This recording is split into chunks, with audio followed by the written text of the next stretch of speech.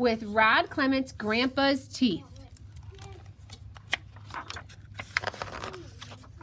Grandpa's teeth. Help! I've been robbed! We heard Grandpa shouting. It's a disaster! Come quickly! He was still shouting as Mom, Agatha, and I ran up the stairs. Grandpa's room was a mess, but to be honest, it was always a mess. He blamed Gump, his old dog, but Gump looked too old to make much of a mess. What was taken? Gasped Mom. Your VCR? Your television? Your gold-plated golfing trophy? No, said Grandpa. It's much more serious. It's my teeth. They've been stolen. Grandpa normally kept his teeth in a glass of water by the bed. The glass was still there, but the teeth were missing. You haven't swallowed them by mistake, have you? Asked Mom. Of course not, replied Grandpa. Those teeth were special, handmade by the finest Swiss craftsmen. Agatha looked at Mom and whispered, Why is Grandpa talking funny? You see how serious this is, moaned Grandpa. I may never speak the same again. Are you sure you've looked everywhere? Asked Mom. Under the bed, behind the cabinet, in all of the drawers? Yes, replied Grandpa with tears in his eyes. I've looked everywhere. Mom called the police. Officer Raitt looked grave. We've done a thorough search of the room and the house, and we found nothing at all. No teeth, no clues. Everyone was at home at the time of the theft, so how the thief got in and out without being seen is a mystery. Can you give us a description of the stolen articles, Mr. Pertwhistle? Grandpa frowned, rubbed his chin, then looked closely at the officer. Could you smile, please? He asked. Smile? Yes, a nice big smile. Officer Raitt grinned sheepishly. No, I mean really smile. Officer Raitt smiled broadly. Grandpa leaned forward, tapped the officer's teeth with his finger, and growled suspiciously. They look just like those! Officer Raitt looked shocked. I've had these for years. Officer Raitt took us all down to the station for further investigation. Using Grandpa's description, the police artist drew a picture of the missing teeth. They put up our wanted poster with all the others. We made copies and put them up all over town. Officer Raitt rounded up the usual suspects and took them in for questioning. All of them were asked to smile. Most of them had missing teeth as well. But just one or two, not the whole set. They even brought in our unfriendly neighbor, Mrs. Carbuncle, because her own teeth didn't fit, but Grandpa didn't recognize her or the teeth in the lineup. I've never seen her smile before, he explained to Officer Raitt. After several days, Officer Raitt had to admit that no teeth had been found, no thief had been caught, and no new clues had been uncovered. Grandpa suspected everyone, especially anyone who didn't smile. Soon the whole town was smiling at him, although he never smiled back. He had nothing to smile with.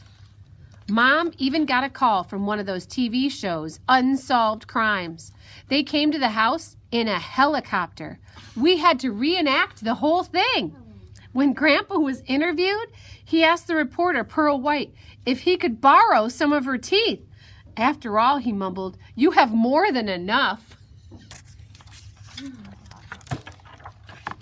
Dad called Switzerland to find out how much a new set of teeth would cost. He was so shocked when he found out that he dropped the phone. The only way we could ever afford it, he joked to Mom, is to sell the house. Grandpa thought this was a great idea. Who needs a house anyway? It doesn't help you chew your food. To cheer him up, we all took Grandpa to the amusement park. It was a disaster. He took one look at the front entrance and burst into tears. Everyone watched Unsolved Crimes, but no one called Officer Raitt, and the crime remained unsolved.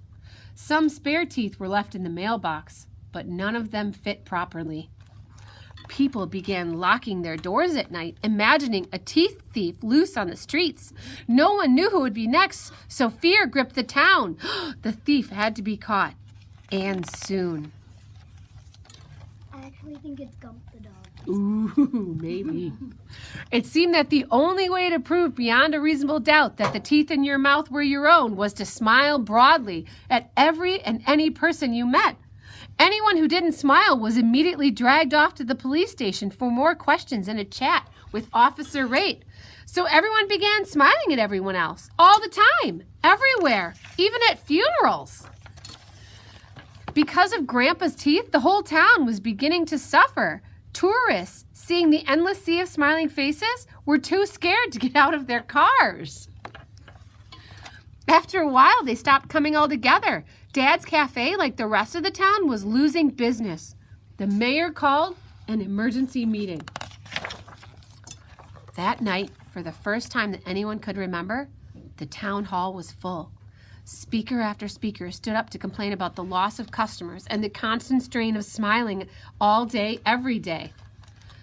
Pastor Butter summed up the situation.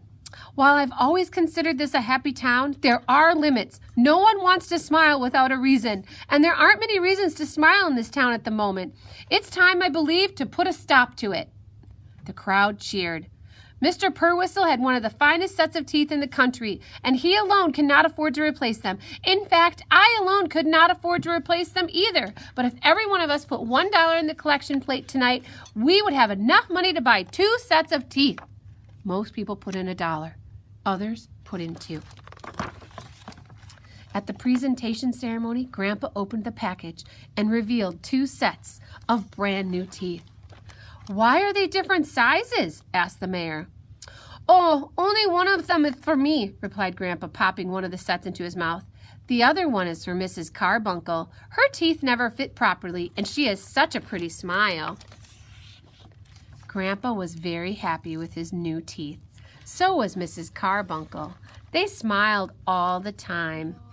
In fact, they were so happy that Grandpa's old dog, Gump, smiled too, for the first time ever.